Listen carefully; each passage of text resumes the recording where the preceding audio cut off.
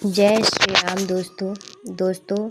आज मैं आपके सामने नीम करोली बाबा की जीवन गाथा, प्रेम, भरोसे और सेवा की एक अविश्वसनीय कथा सुना रही हूँ। तो दोस्तों, आपको अच्छी लगेगी। लाइक, शेयर, सब्सक्राइब करें और बाबा के लिए जय श्री राम जरूर लिखें। तो सुनो। उत्तराखंड की पहाड़ियों के ऊपर एक हल्की सी धुंध तैर रही थी। सुबह का सूरज अभी अभी जाग रहा था और अपनी किरणों से घाटियों को हल्का हल्का स्वर्णिम कर रहा था। अल्मोड़ा के नज़दीक स्थित कैंची धाम के चारों ओर पक्षियों की चहचहाट गूंज रही थी। चमकते पानी की धारा मंदिर के पास बहते हुए मानो कोई प्राचीन गीत सुना रही थी। यह वही भूमि थी जहाँ एक संत ने अपने मौन, अपने प्रेम और अपने अद्भुत सहज भाव से संसार के अनगिनत हृदयों को छुआ था। बाबा नीम करोली जी महाराज। बाबा नीम करोली महाराज एक साधारण युवक का असाधारण मार्ग थे। करीब 19वीं सदी के अंत के आसपास उत्तर भारत के एक गांव में एक बालक का जन्म हुआ, जिनका नाम था लक्ष्मी नारायण शर्मा। घर परिवार में कोई विशेष बात नहीं, पर इस बच्चे की आंखों में एक अजीब शांति थी। लोग कहते थे कि वह कम बोलता है, पर उसकी आंखें बहुत कुछ कहती थी। बाल्यावस्था में ही उनके भीतर विरक्ति की लहर उठने लगी। कहते हैं एक दिन वह घर से निकले और एक ट्रेन में चढ़ गए। यह वही घटना है जिसे आगे चलकर उन्हें नीम करोली बाबा का नाम दिया गया। जब वह बिना टिकट ट्रेन में बैठे तो गार्ड ने उन्हें नीचे उतरने को कहा। लड़का नहीं उतरा, क्योंकि वो तब बाल्यावस्था में थे, मतलब युवावस्था मान के चलो। ट्रेन आगे नहीं बढ़ी। गार्ड, ड्राइवर, स्टेशन मास्टर सब हैरान हो गए। अतः वह लड़का, जो कि बाबा नीम करोली है, वो नीचे उतरे और जैसे ही उनके पैर प्लेटफार्म पर पड़े, ट्रेन चल पड़ी। वहाँ के लोगों ने कहा, यह कोई साधारण बच्चा नहीं है। जब बाबा ट्रेन से नीचे उतरे और ट्रेन भी वहीं पर रुक पड़ी थी और लोग देखते रह गए कि बाबा को क्यों निकाला गया। अब फिर जो ट्रेन का टीसी था वो बाबा से लड़ने लग गया कि आप उतरो, आपके पास टिकट नहीं है। ऐसे ऐसे करके बहस होने लगी। तो बाबा ने कहा कि आप मुझे नहीं निकाल सकते हो। फिर उन्होंने बाबा से कहा कि आपको निकलना पड़ेगा बिना टिकट के। हम देखते हैं आप बिना हमारी मर्जी के कैसे बैठते हैं। तो बाबा मुस्कुराए और वहीं पे बैठ गए। तो ट्रेन चली ही नहीं। फिर सवारियों ने कहा कि कोई बात नहीं, बिठा लो बाबा को, क्या पता हो न हो ये बाबा के ही कारण हुआ हो। तब बाबा ने लोगों से कहा कि मैं तो तभी बैठूंगा जब अगली बार से आप लोग साधुओं और संतों के साथ ऐसा व्यवहार ना करें और जीवन में सद्मार्ग पे चलें। तब लोग अचंभित हो गए। लोगों ने कहा कि यह कोई साधारण बच्चा नहीं है, पर उसी समय उस बालक ने सिर्फ इतना ही कहा था, भगवान का नाम लो, सब ठीक हो जाएगा। यही उनका पहला संदेश था, जिसे दुनिया धीरे धीरे पहचानने लगी। फिर उनका त्याग, भटकना और दिव्य दृष्टि, अनुशासन उन्होंने अपने जीवन में अपनाई। लक्ष्मी नारायण शर्मा ने अपना घर त्याग दिया। वर्षों तक वह भारत के अनेक क्षेत्रों में घूमते रही। कहीं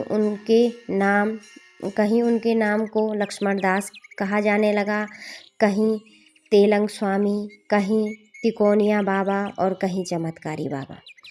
पर उनके लिए इस नाम का कोई अर्थ नहीं था। वह केवल एक ही राही था, आत्मा का, सच्चाई का, प्रेम का। उनके भक्त कहते थे, बाबा ने कभी खुद को भगवान नहीं कहा। उन्होंने हमेशा कहा, मैं सिर्फ भगवान का सेवक हूँ। वे गांव-गांव जाते हैं, लोगों के घरों में जाते, बीमारों को ढाढ़स देते, भूखों को भोजन कराते और कभी-कभी बिना बोले ही लोगों के मन पढ़ लेते। लेकिन उनके भीतर कोई दिखावा नहीं था। वे साधारण कपड़े पहनते थे, फल खाते थे, हल्का भोजन करते थे और अधिकतर समय मौन में रहते थे। उनके पास आने वाला हर वह व्यक्ति अजीब सी शांति महसूस करता था, जैसे कोई अदृश्य हाथ उनके मन का बोझ उतार रहा हो।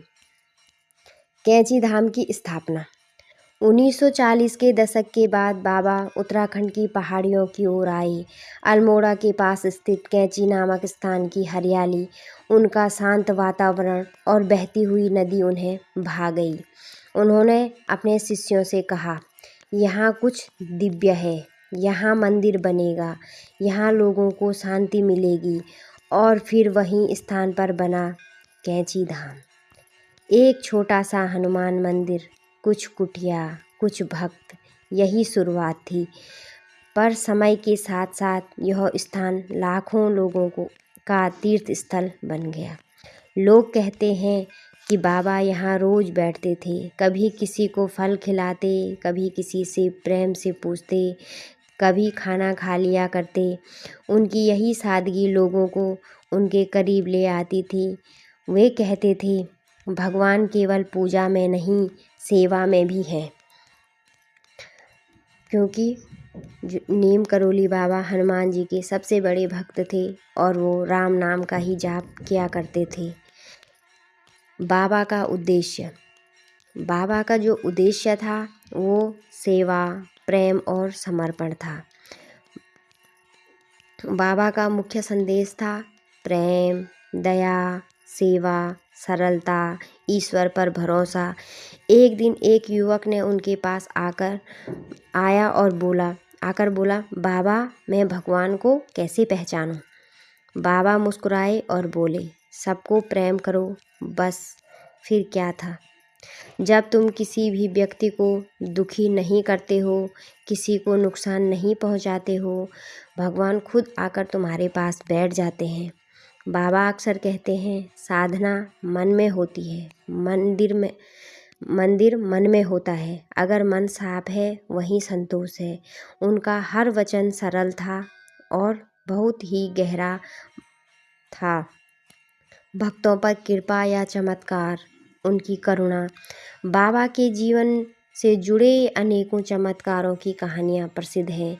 कई लोग कहते हैं, बाबा ने मेरे बीमार बच्चे को बचा लिया, बाबा ने बिना बताए मेरे मन की बात जान ली, मेरे घर में खाने को कुछ नहीं था और बाबा ने किसी न किसी को मदद के लिए भेज दिया।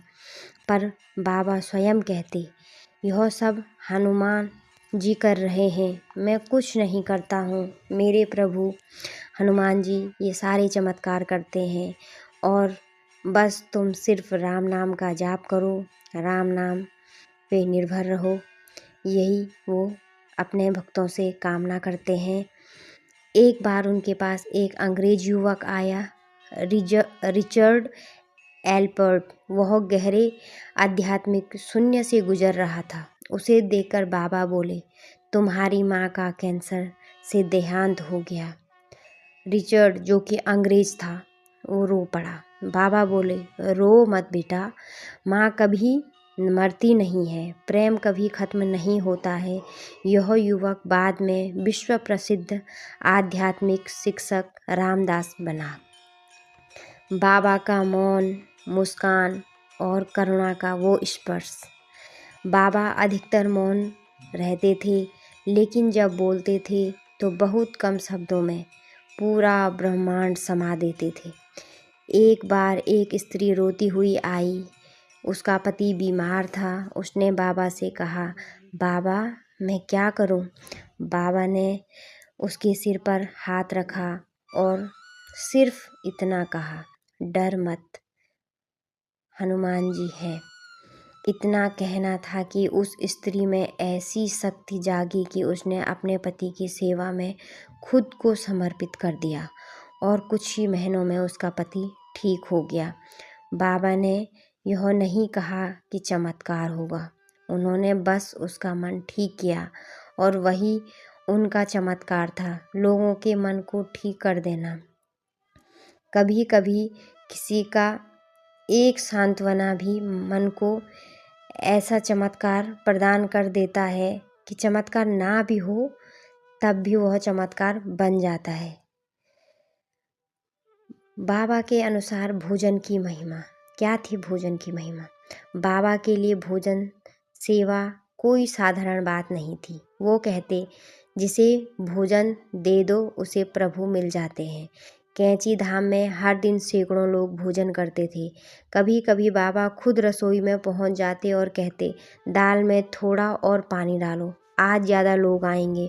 और सच में उस दिन दुगने लोग आ जाते थे। बाबा प्रेम से कहते, किसी को मत रोको, प्रभु का प्रसाद सबके लिए है। आधुनिक दुनिया में एक साधु, जब यह वह समय था जब भारत ब्रिटिश शासन से निकलकर नए सपनों की ओर बढ़ रहा था। भारत बदल रहा था, दुनिया बदल रही थी, पर बाबा की सादगी वही थी। एक कंबल, एक लकड़ी की चौकी और वही एक मीठी सी मुस्कान। उनके पास दुनिया भर के लोग आते, अमेरिका, यूरोप, नेपाल, दक्षिण भारत, बंगाल, पंजाब, गुजरात। बाबा हर किसी के साथ अपनेपन से मिलते थे। एक चंचल बच्चे से कहते, खूब खेलो, खूब पढ़ो, खूब खुश रहो। युवाओं से कहते, सेवा करोगे तो भगवान खुद चल कर आएंगे। व्यापारी से कहते, लालच छोड़ दो, सब मिलेगा। उनकी बातों में ज्ञान था, वह ज्ञान किताबों वाला नहीं, जीवन वाला था। अंतिम वर्षों में मौन की महिमा। बाबा जीवन के अंतिम वर्षों में अधिकतर मौन रहने लगी, पर उनका मौन भी बोलता था, प्रेम से भरा हुआ था। एक दिन उनके पास एक भक्त आया और बोला, बाबा, आपको देखकर मुझे लगता है कि भगवान यही है। बाबा ने हंसकर कहा, भगवान तुम्हारे भीतर ही है, भीतर देखो। फिर धीरे से बोलो, प्रेम ही प्रभु है। और सच में उनके आसपास एक अजीब सा दिव्य ऊर्जा महसूस होती थी। देह का त्याग कैसे किया बाबा ने, परंतु उपस्थिति आज भी है। 1973 में बाबा ने वृंदावन में अपनी देह त्याग दी, लेकिन उनके भक्त कहते हैं, बाबा कहाँ गई? वो तो आज भी हैं। कैंची धाम में हर वर्ष 15 जून को विशाल भंडारा होता है। लाखों लोग आते हैं। कहीं बताते हैं कि आज भी उनके जीवन में चमत्कार कर रहे हैं, कभी मन में शांति देकर, कभी संकट से निकलकर, कभी प्रेम का मार्ग दिखाकर। लोग कहते हैं, बाबा शरीर में नहीं पर भाव में है। जहाँ प्रेम है वहीं बाबा है। नीम करोली बाबा का संदेश जो सदियों तक जीवित रहेगा। नीम करोली बाबा का संदेश बहुत ही सरल है और जीवन बदलने वाला है। सबको प्रेम दो, प्रेम ही ईश्वर है, प्रेम ही मोक्ष है। सेवा करो, सेवा से ही मन पवित्र होता है। भूखे को भोजन देना ही सबसे बड़ा धर्म है।